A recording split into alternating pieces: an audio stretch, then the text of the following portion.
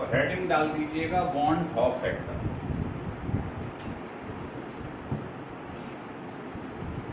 जो von top factor होता है ये होता है नंबर ऑफ पार्टिकल्स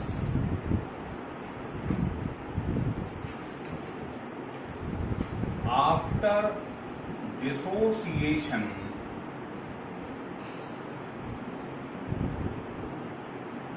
और एसोसिएशन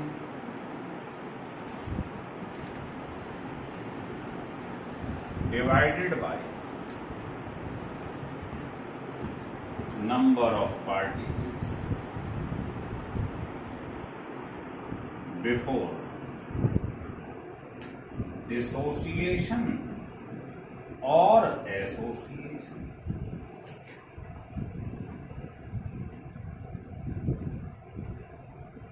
क्या मतलब है इसका कि टूटने के बाद पार्टिकल कितने हैं और टूटने से पहले कितने थे। जैसे कोई आपसे कहे कि ये NaCl है, इसका I बताओ, तो जरा इसको ब्रेक करना। तो बताइए टूटने से पहले ये कितना था 1 और टूटने के बाद कितने पार्टिकल हो गए 2। वॉन टॉप फैक्टर होता है टूटने के बाद अपॉन टूटने से पहले। टूटने से पहले तो सभी चीज 1 होती है भाई, तो नीचे तो हमेशा 1 आएगा ही आएगा। ऊपर आपको मालूम करना है तो इसे ब्रेक कर दी। सिमिलरली जैसे मान लो ये एल्यूमिनियम सल्फेट लिखा है, आपने इसको ब्रेक कर दिया। बताना 2 तो Al मिल रहे हैं, 3 सल्फेट, 2 Al 3 सल्फेट। सल्फेट के ऊपर कितना माइनस, तो -2 इंटू 3 -6, तो इस पर भी +6 होना चाहिए। बताया था ना कल आपको। Yes sir. रेडिकल के ऊपर चार्ज कितना होता है ये याद रखना है। तो बताइए टूटने से पहले कितना था 1, यहाँ रख दो 1। टूटने के बाद कितने पार्टिकल हो गए इसके 5। तो वॉन टॉप फैक्टर होता है number of particle after dissociation upon b। तो इसका I जो है वो 5 आ गया। क्लियर हो रहा है बेटा? Yes sir. बढ़िया।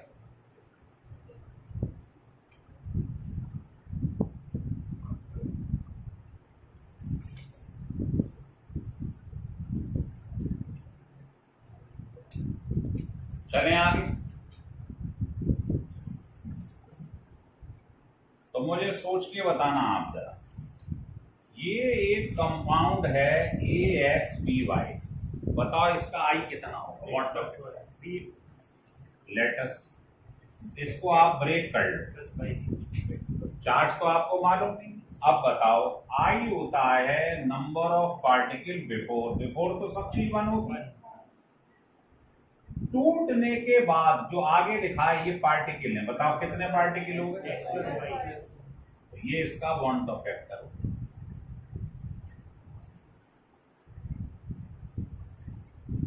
और अगर आपको वॉन टॉप फैक्टर निकालना नहीं आया तो विश्वास मानिए ये चैप्टर बेकार हो जाएगा। हर फार्मूले में ये लगेगा, ये ध्यान रख लेना। इसलिए वॉन टॉप फैक्टर अगर आज आप नहीं सीख पाए तो परेशानी खड़ी हो जाएगी, क्योंकि यहां से ट्रैक चेंज हो रहा है।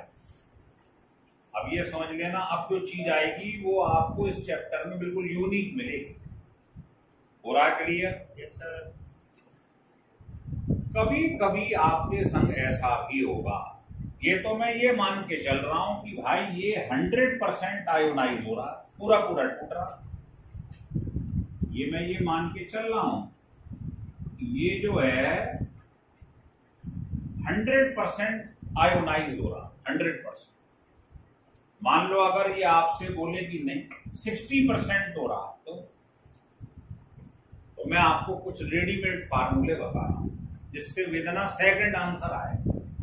इसको आप शॉर्टकट की कह सकते हैं, पर ये परमिटेड है, स्कूल में लगा सकते हैं आप, बुक में दी हुई। देखिए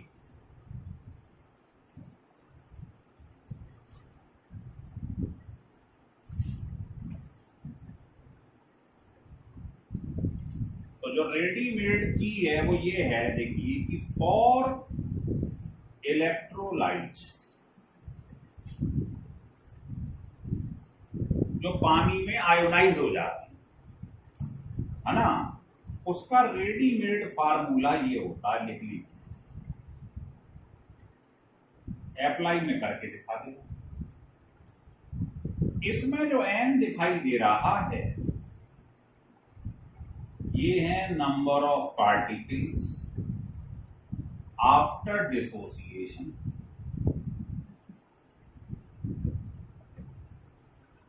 और जो x दिखाई दे रहा है ये है डिग्री ऑफ डिसोसिएशन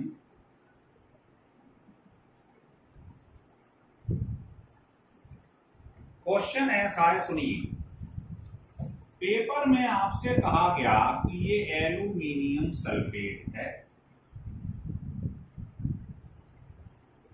और ये 60% आयोनाइज हो रहा है, तो इसका वॉन-टॉप फैक्टर निकालिए। तो 60% मीन्स है x की वैल्यू 60/100 है, मतलब 0.6 है। तो मैं इस फार्मूले में x की जगह 0.6 रखूंगा। 60% मीन 60/100, और बता सकते हो इसे ब्रेक करने पर अभी 2 मिनट पहले कितने पार्टिकल मिले थे? 5। कितने मिले थे बेटे? 5।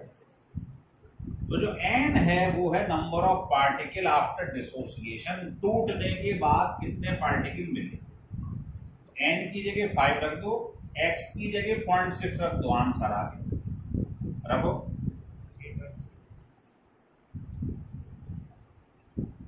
ये आंसर।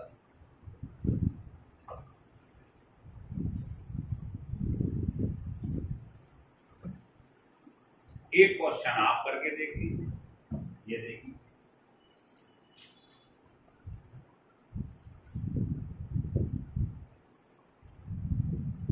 ये मैग्नीशियम क्लोराइड है, 30% आयोनाइज हो रहा है,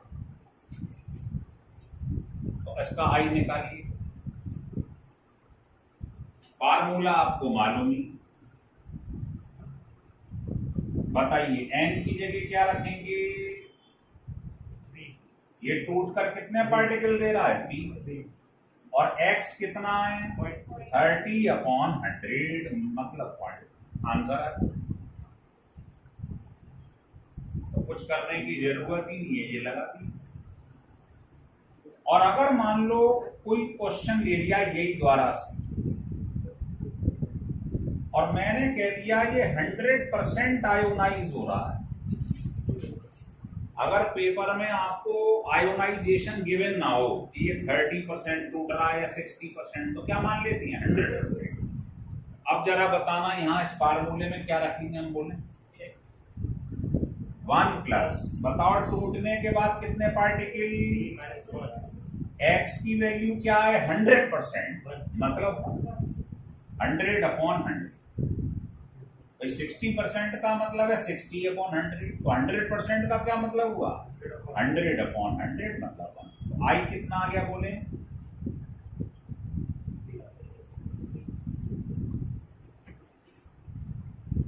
तो आपने क्या सीखा इससे कि जो स्ट्रॉन्ग इलेक्ट्रोलाइट हैं, जो 100% आयोनाइज होते हैं, उनका आई निकालने की जरूरत नहीं, सीधे देख लो ये टूटकर कितने पार्टिकल दे रहा है, वही आई होता है। तो आज के बाद हम ये याद कर लेंगे, क्या? देखिए,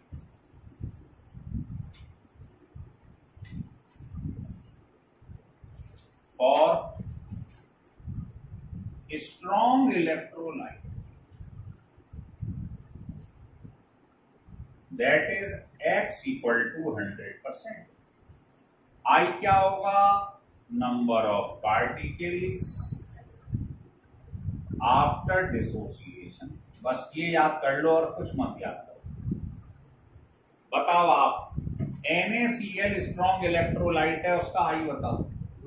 कितना टूटने पर पार्टिकल दे रहा है? 2।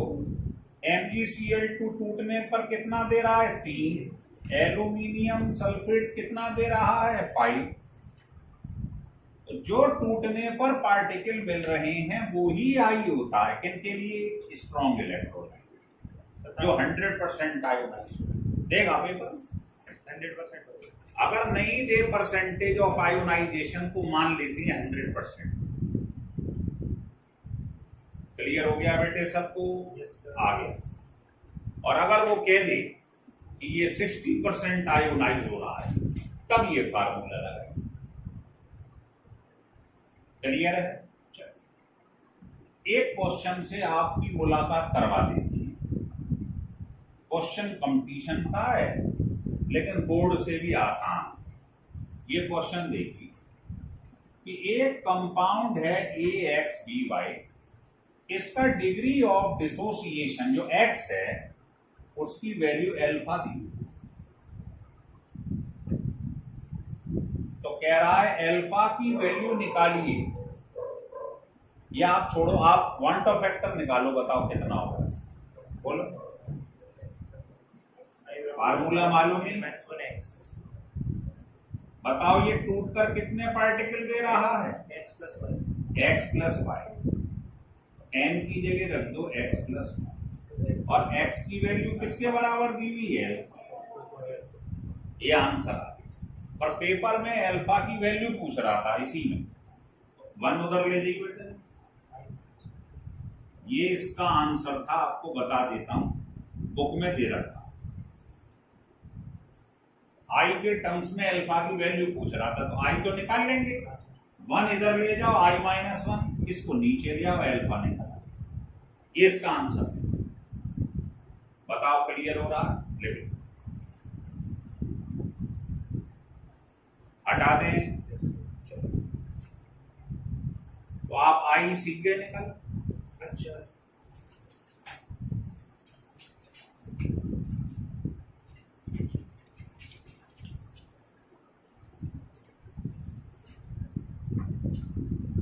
हटा दें। yes, sir. अब आपको कुछ और नए केस की तरफ ले चलते हैं। देखिए एग्जाम्पल मैंने मान लो ले लिया पोटेशियम फेरोसाइनाइड,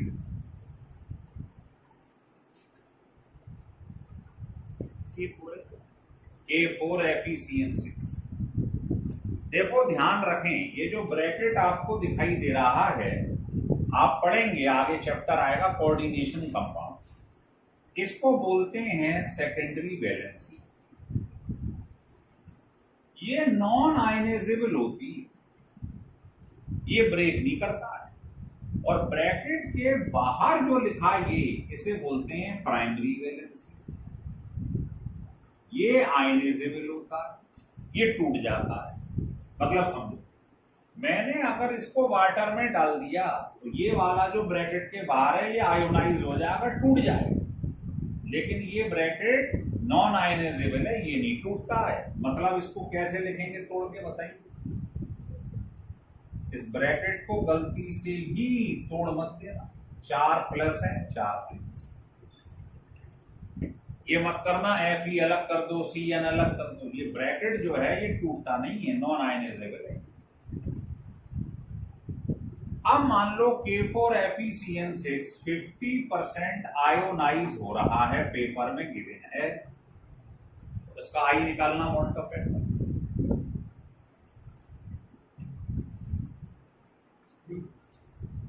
है 3। शाबाश। कैसे? फार्मूला तो वही है। बताओ ये टूटने पर कितने पार्टिकल दे रहा है? 5। जो आगे लिखा रहता है यही पार्टिकल होती 5।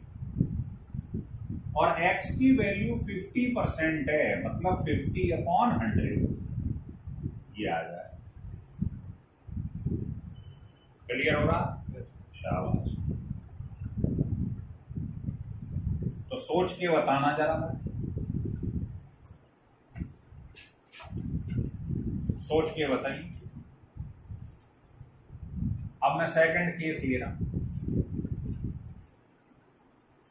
मतलब नॉन इलेक्ट्रोलाइट।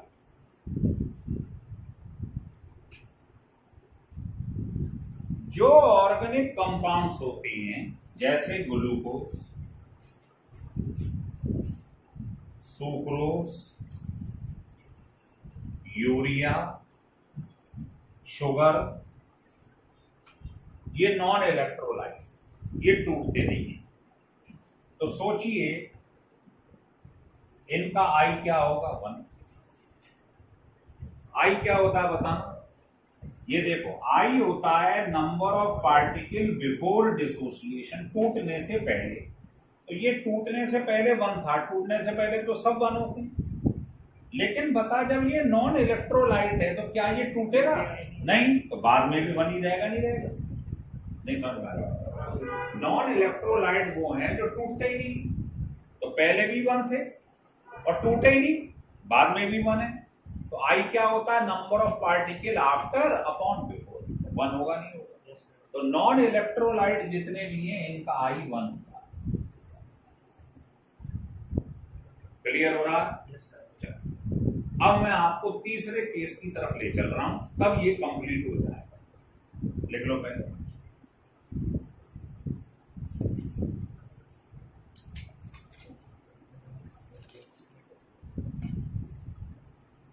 देखिए,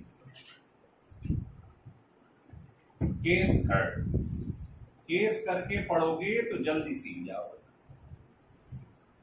केस 3 ये है बेटे, molecules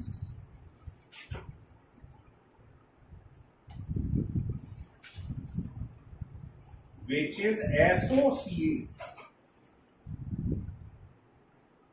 जो जुड़ जाती हैं। अभी तक क्या थे? जो डिसोसिएट हो रहे थे, टूट जाते थे। अब देखो कैसे, मैं समझाता हूं। जैसे मान लो ये एसिटिक एसिड है, क्या नाम है इसका? Acetic acid. इसको आप बेंजीन में डाल दो तो इसका ये नेचर है, ये डाइमर बना लेता है। क्या बनाता है? डाइमर। मतलब इसके 2 मॉलिक्यूल आपस में जुड़ जाते हैं और इसको बोलते हैं डाइमराइजेशन। 2 मॉलिक्यूल का जुड़ना। ये जो आगे लिखे थे पीछे चले जाए। देखिए, जैसे मैं कहूं ये 3 मॉलिक्यूल मैंने लिए, क्या हुआ? ये पीछे पहुंच गए। कितने जुड़ गए आपस में? जिसे बोलेंगे ट्राइमराइजेशन। 3 पार्टिकल जुड़ गए। ऐसी मान लो मैंने एन ले लिए, पीछे ले जाओ, इसे क्या बोलूंगा? पॉलीमराइजेशन। समझ में आ रहा है नहीं आ रहा बताइए? Yes sir. तो इसका फंडा यहां लिख देता हूं नोट करके।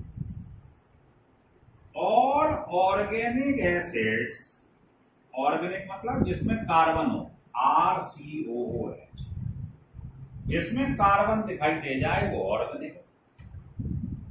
तो all organic acids form dimer.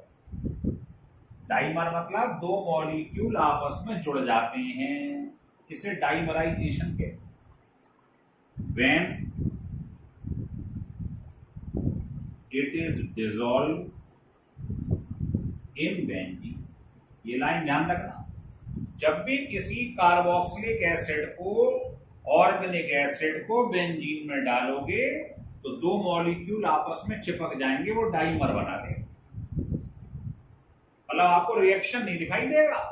मालूम पड़ा ये पेपर में लाइन लिखी है, तो आपने क्या करा? अरे साहब ये ऑर्गेनिक एसिड है, इसका बेंजीन पे रिएक्शन करा, ऐसे लिखने बैठे थे। ये गलत है। आप प्रॉपर्टी ध्यान रखो, जब भी कोई ऑर्गेनिक एसिड बेंजीन में डाला जाता है तो 2 मॉलिक्यूल उसके आपस में जुड़ जाते हैं, डाइमर बनाते हैं। बताओ क्लियर हो रहा है कि नहीं? Yes sir. अब करूं स्टार्ट। इसका फार्मूला आई निकालने का अलग है। क्या है देखिए, यहां n की जगह 1/n आ जाए, ये फार्मूला इनके लिए जो डाइमर बनाते हैं, ट्राइमर बनाते हैं, पॉलीमर बनाते हैं, जुड़ जाते हैं, एसोसिएट हो जाते हैं, उनके लिए फार्मूला ये होता है। और जो टूट जाते थे, NaCl, MgCl2, उनके लिए फार्मूला क्या होता था? 1 + n - 1 × x, ये 1/n। इसमें n क्या है बेटा? n कहलाता है मॉलिक्यूल्स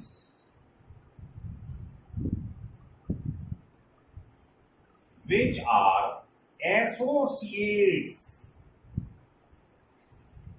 that is अगर डाइमर बन रहा है तो n की जगह 2 रखो, अगर ट्राइमर बन रहा है तो इस फार्मूले में n की जगह 3 रखो। समझ में आ रहा है? जो पार्टिकल एसोसिएट हो रहे हैं, जुड़ रहे हैं, ये n होता है इस फार्मूले। और x क्या होता है?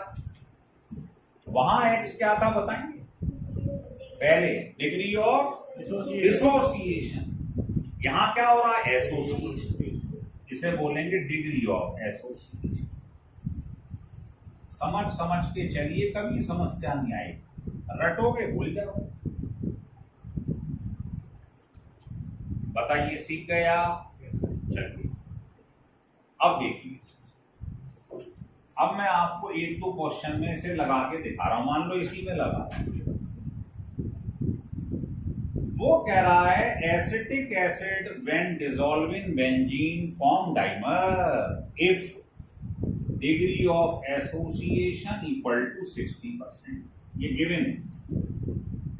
तो कह रहा है calculate i van't Hoff factor. बताइए कितना आएगा बेटा? बताओ n की जगह क्या रखूं, x की जगह क्या रखूं? 60%। मतलब बताएंगे सॉल्व करने पे कितना आ रहा? बोलो।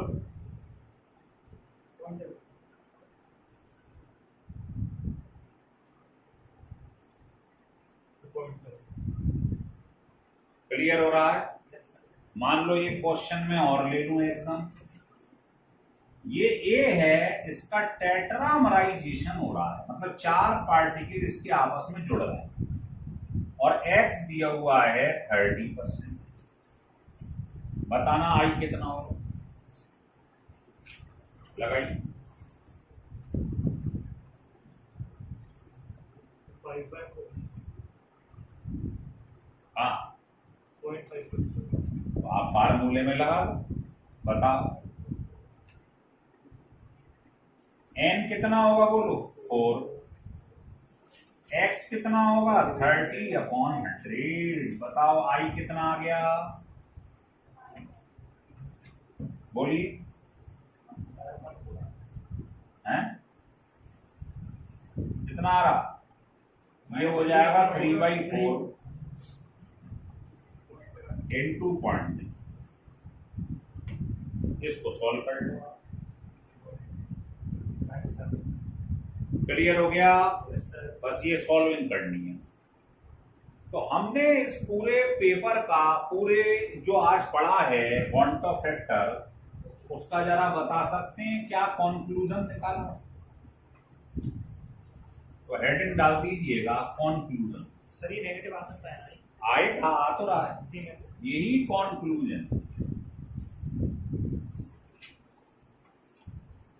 क्या है? देखिए, I 1 से बड़ा होता है फॉर इलेक्ट्रोलाइट्स। अभी अभी हमने प्रूव करा है। कहो तो एक और बता दूं। मान लो NaCl का आपने I निकाला और X दिया है 60%, तो जरा स्पीड से बताओ जो आपने सीखा है वो क्या हो जाएगा? बताइए I कितना आ गया? 1.6। कोई बात, बताओ ये 1 से छोटा है बड़ा है? तो जो भी इलेक्ट्रोलाइट होंगे टूट जाते हैं, उनका I हमेशा 1 से बड़ा आएगा। जैसे NaCl, जैसे बेरियम क्लोराइड। और बताइए जो नॉन इलेक्ट्रोलाइट है, टूटता ही नहीं, उसका I क्या होता है? 1। जैसे यहां लिख लो फॉर नॉन इलेक्ट्रोलाइट, जैसे glucose, fructose, sugar, urea. Paper में अगर सॉल्यूट दिया हो ये तो इसका आई निकालने की जरूरत ही नहीं, 1 होता है। तीसरा आ गया आई लेस देन 1। कौन? अभी अभी निकाला था, शाबाश। जो एसोसिएट हो जाए, that is form dimer, trimer, इनका आई हमेशा लेस देन 1 आए। अभी देख लो, चाहो तो ये सीधी। अभी हमने एक क्वेश्चन करा था, इसका एक्स मान लो 30% दिया, मन बताना स्पीड से आई कितना आएगा। रेडीमेड फार्मूला बोलो।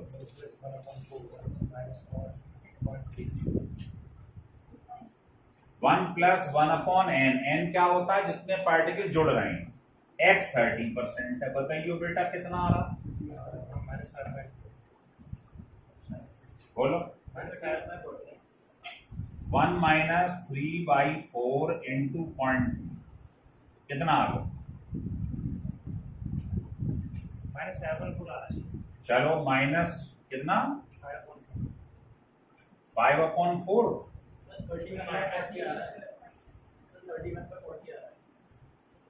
एग्जैक्ट बताओ। माइनस है 3.1/4 आ रहा है।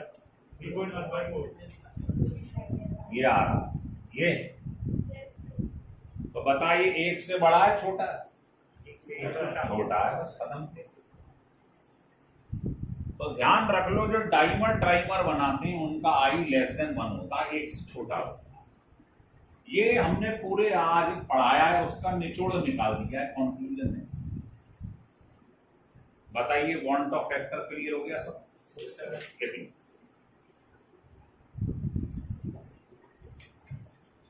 हटा दें।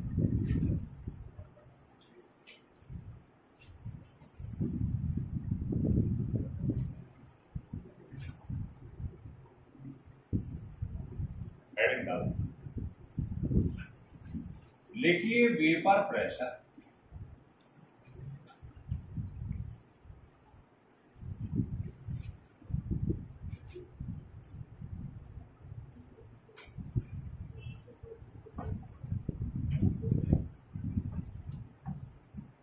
ये आपके पास एक ओपन कंटेनर है, जरा ध्यान देना बेटा बात, और ये आपके पास एक क्लोज्ड कंटेनर। तो वेपर प्रेशर हमेशा क्लोज कंटेनर में निकाला जाता है, ओपन में नहीं। सवाल है क्यों? देखो, इसमें मेरे पास कोई लिक्विड भरा हुआ है, इसमें भी भरा हुआ है, ये ओपन कंटेनर है, ये क्लोज्ड कंटेनर है। इसमें अगर मैंने इसको पानी को गर्म करा, ये लो गर्म कर दिया, तो इसमें 2 टाइप के मॉलिक्यूल होते हैं। एक तो होते हैं बेटा जो सरफेस पर होते हैं, एक होते हैं जो इस लिक्विड के अंदर हैं। तो मॉलिक्यूल तो बहुत सारे होंगे, कुछ सरफेस पर होंगे, कुछ अंदर होंगे। जो अंदर होते हैं इन्हें बल्क मॉलिक्यूल कहा जाता है।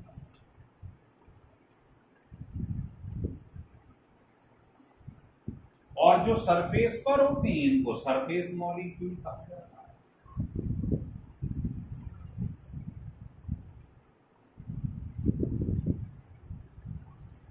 तो जैसे ही आप इसे गर्म करेंगे तो आप देखेंगे, देखो इस वाले पर चारों डायरेक्शन से इस पर फोर्स लगा,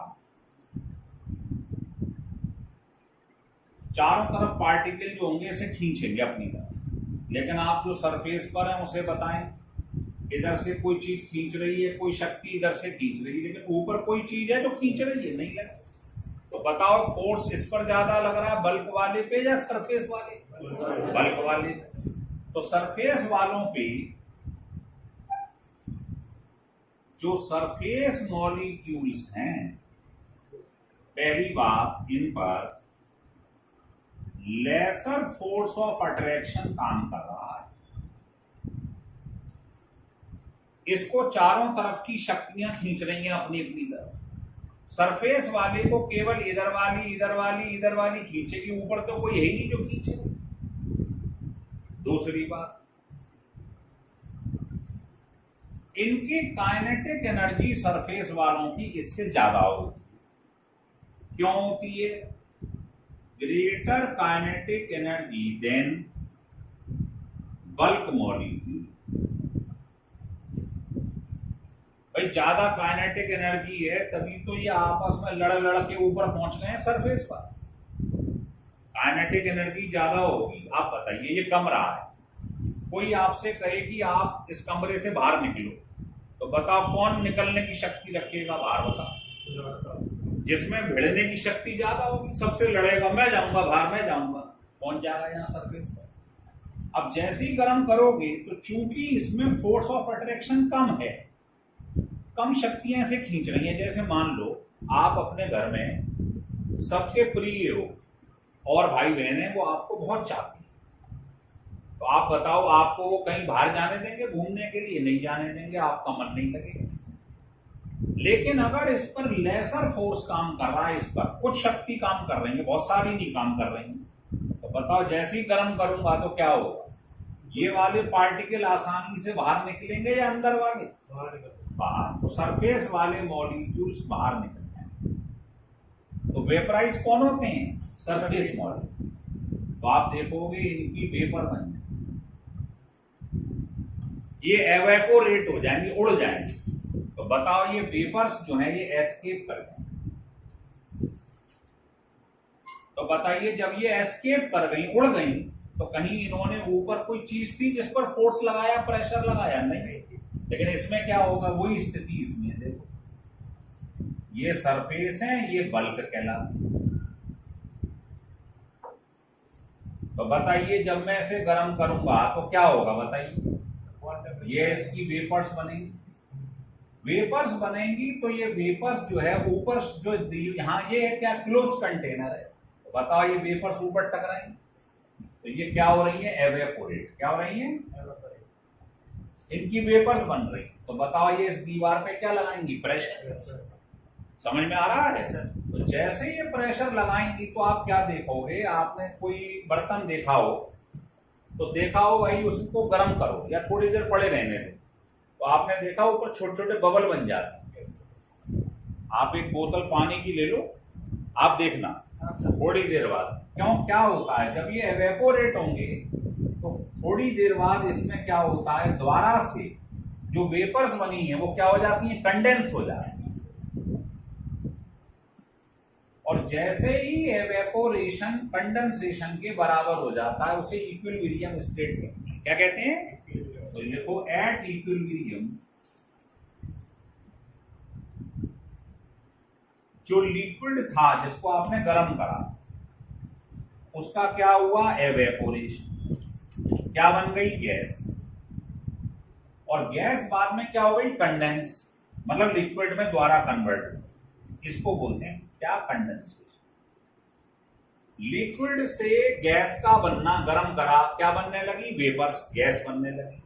इसे बोलते हैं एवेपोरेशन। और जो ऊपर से टकराने के बाद चीज ठंडी हो गई, गैस ठंडी हो जाएगी, कंडेंस हो जाएगी, तो द्वारा से लिक्विड में कन्वर्ट हो जाती, उसे बोलते हैं। अगर गैस द्वारा लिक्विड में कन्वर्ट हो जाए उसे क्या बोलते हैं? कंडेंसेशन। तो इक्विलिब्रियम स्टेट में ये स्थिति हो जाती है, लिक्विड गैस में कन्वर्ट होती है, गैस लिक्विड में कन्वर्ट होती है। तो ये जो वेपर्स जो थी गर्म करने पे, इसकी वेपर्स जो बनी वो जो दीवारों पे प्रेशर डेवलप कर रही हैं उसे क्या बोलते हैं? Vapour pressure. क्या बोलते हैं? Vapour pressure. लिख लो। तो वेपर प्रेशर ध्यान रख लो, हमेशा क्लोज कंटेनर में निकाला जाता है, लिक्विड किस वाले में, ओपन वाले में कभी नहीं, क्योंकि गैस एस्केप कर जाती है। तो प्रेशर कहां लगाएगी? हवा में। यहां पर कहां लगता है प्रेशर? इस दीवार के। लिख लीजिए। क्लियर हो गया बेटे?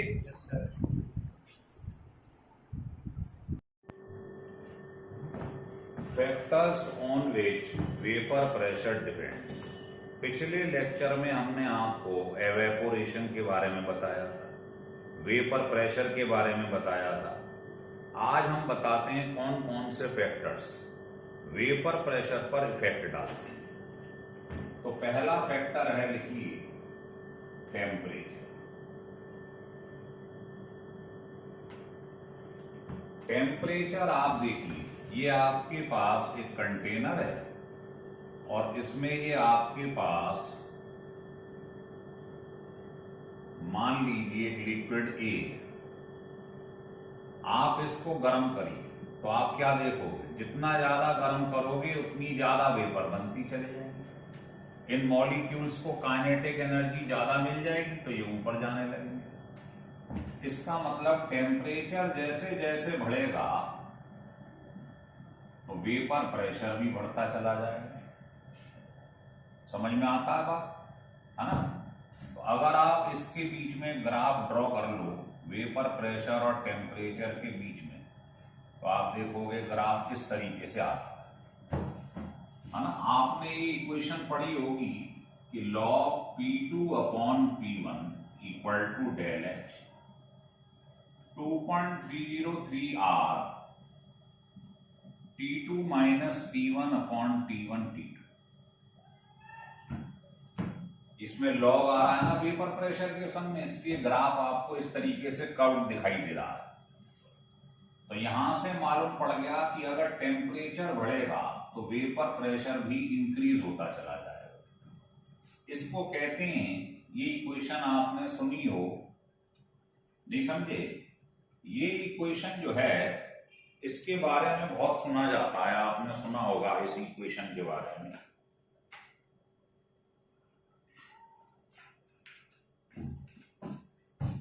देखिए, तो इसके आगे बढ़ते हैं, सेकंड टर्म लेती हैं। सेकंड टर्म जो है दूसरा, वो डिपेंड करता है कि बेटे बॉइलिंग पॉइंट का क्या इफेक्ट इस पर पड़ा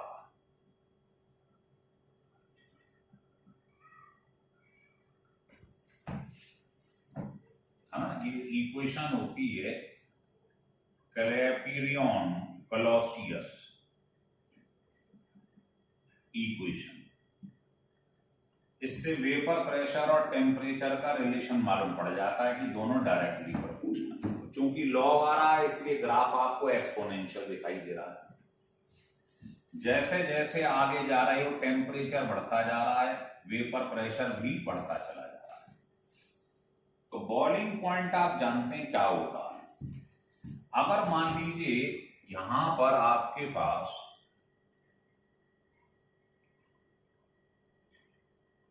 एक सॉल्यूशन है ना, तो थोड़ी देर बाद आप इसे गर्म करो।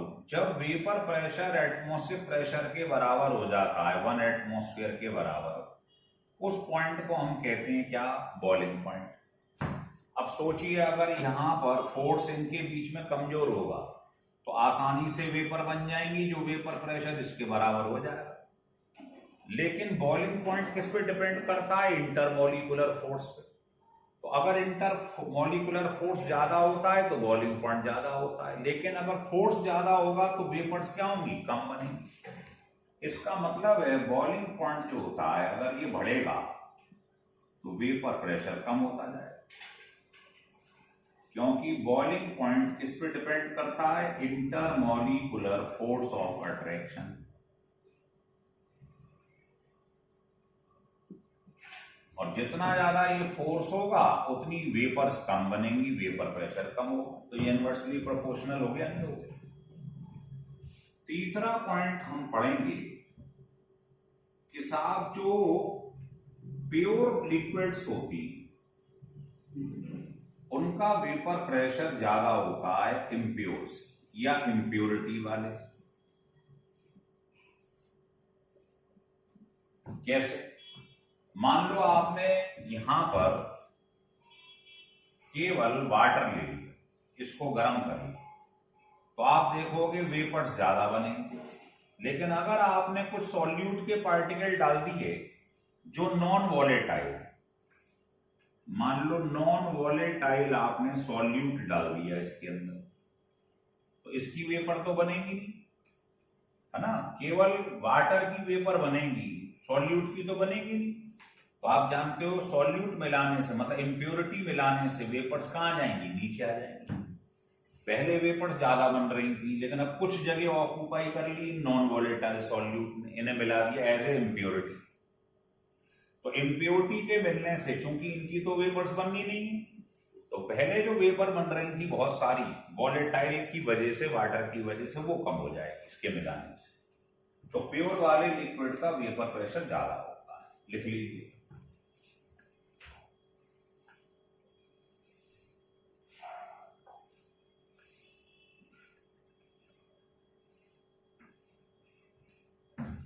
चलिए अब चौथा फैक्टर देखिए।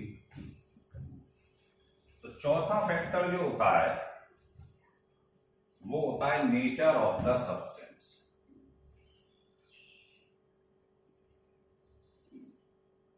नेचर ऑफ द सब्सटेंस जो आपने मिलाया।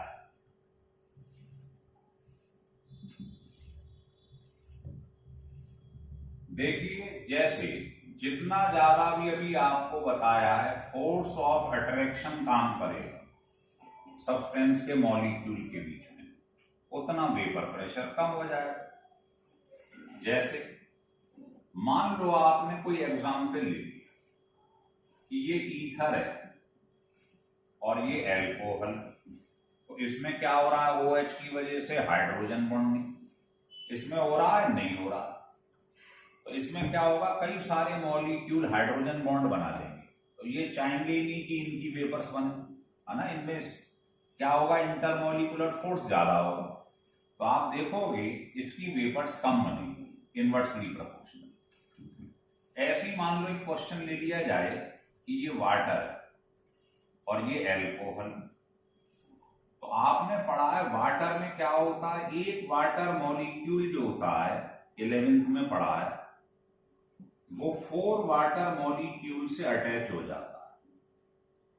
ध्यान है, with the help of hydrogen bond.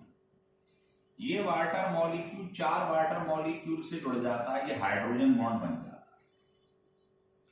जबकि एल्कोहल में क्या देखते हैं हम, एक एल्कोहल एक ही मॉलिक्यूल से जुड़ती है।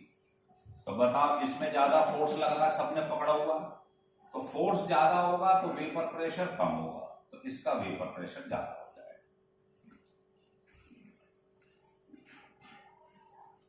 क्लियर है। और देख लो एग्जाम्पल, मान लो ये तुम्हारे पास अमाइन है, ये एल्कोहल, तो बताइए दोनों में हाइड्रोजन बॉन्डिंग हो रही, लेकिन हाइड्रोजन बॉन्डिंग जो होती है वो इलेक्ट्रोनेगेटिविटी के डायरेक्टली प्रोपोर्शनल होती है। ओ ज्यादा इलेक्ट्रोनेगेटिव है या N? O पढ़ा है ना आपने, सीक्वेंस ये होता है, सबसे ज्यादा ये इलेक्ट्रोनेगेटिव, फिर ये, तो O और N में O ज्यादा इलेक्ट्रोनेगेटिव है, तो इसमें हाइड्रोजन बॉन्डिंग ज्यादा है। हाइड्रोजन बॉन्डिंग मतलब फोर्स ऑफ अट्रैक्शन ज्यादा है, तो वेपर प्रेशर क्या हो जाएगा, कम, इसका ज्यादा हो जाएगा। और देख लो ये तुम्हारे पास इथेनॉल है, ये ग्लाइकॉल है, ये ग्लिसरॉल है।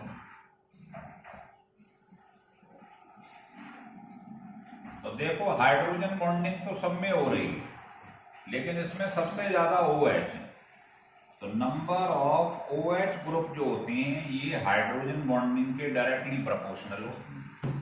इसका मतलब इसमें हाइड्रोजन बॉन्डिंग ज्यादा है, फोर्स ऑफ अट्रैक्शन ज्यादा है, इसका वेपर प्रेशर क्या हो जाएगा, इसका सबसे कम। जितने ज्यादा OH उतनी ज्यादा हाइड्रोजन बॉन्डिंग, OH में हाइड्रोजन बॉन्डिंग होगी, है ना। इसमें हाइड्रोजन बॉन्डिंग ज्यादा है, इंटरमॉलिक्यूलर फोर्स ऑफ अट्रैक्शन ज्यादा है, तो ये वेपर्स में कम कन्वर्ट होगा, इसका सबसे ज्यादा वेपर प्रेशर हो जाएगा। तो ऐसे ढेरों क्वेश्चन बन जाते हैं वेपर प्रेशर के। तो मुझे लगता है आपको ये चारों फैक्टर समझ में आ रहे होंगे। अब इसके बाद क्या है, थोड़ा समझिए। अब ये सब्सटेंस है, इस बात पे डिपेंड करता है कि हम सब्सटेंस ले कैसा रहे हैं, नॉन वॉलेटाइल ले रहे हैं या वॉलेटाइल ले रहे हैं। नॉन वॉलेटाइल आप समझते हैं कौन से होती है, जैसे, है ना, इनका प्रेशर जो है वो क्या होता है, 0 होता है, क्योंकि ये कैसे होती हैं, सॉलिड होती है, यहां लिख देता हूं, और सॉलिड का प्रेशर 0 होता है, तो इनकी वेपर्स ही नहीं बनेंगी, तो प्रेशर किस बात का, इनका प्रेशर जीरो नहीं होता, कुछ ना कुछ जरूर होता। तो नॉन वॉलेटाइल जैसे हमने पढ़ा यूरिया, यूरिया का फार्मूला हम जानते हैं, जैसे शुगर है ना, या इसको सुक्रोज कह सकते हैं, इसका फार्मूला होता है C12H22O11। मॉलिक्यूलर वेट याद रखो, बाद में समस्या आ जाएगी नहीं तो न्यूमेरिकल करते समय, है ना। ऐसे ही एसीटोन ले लो आप, इसका 60 होता है, CH3COCH3।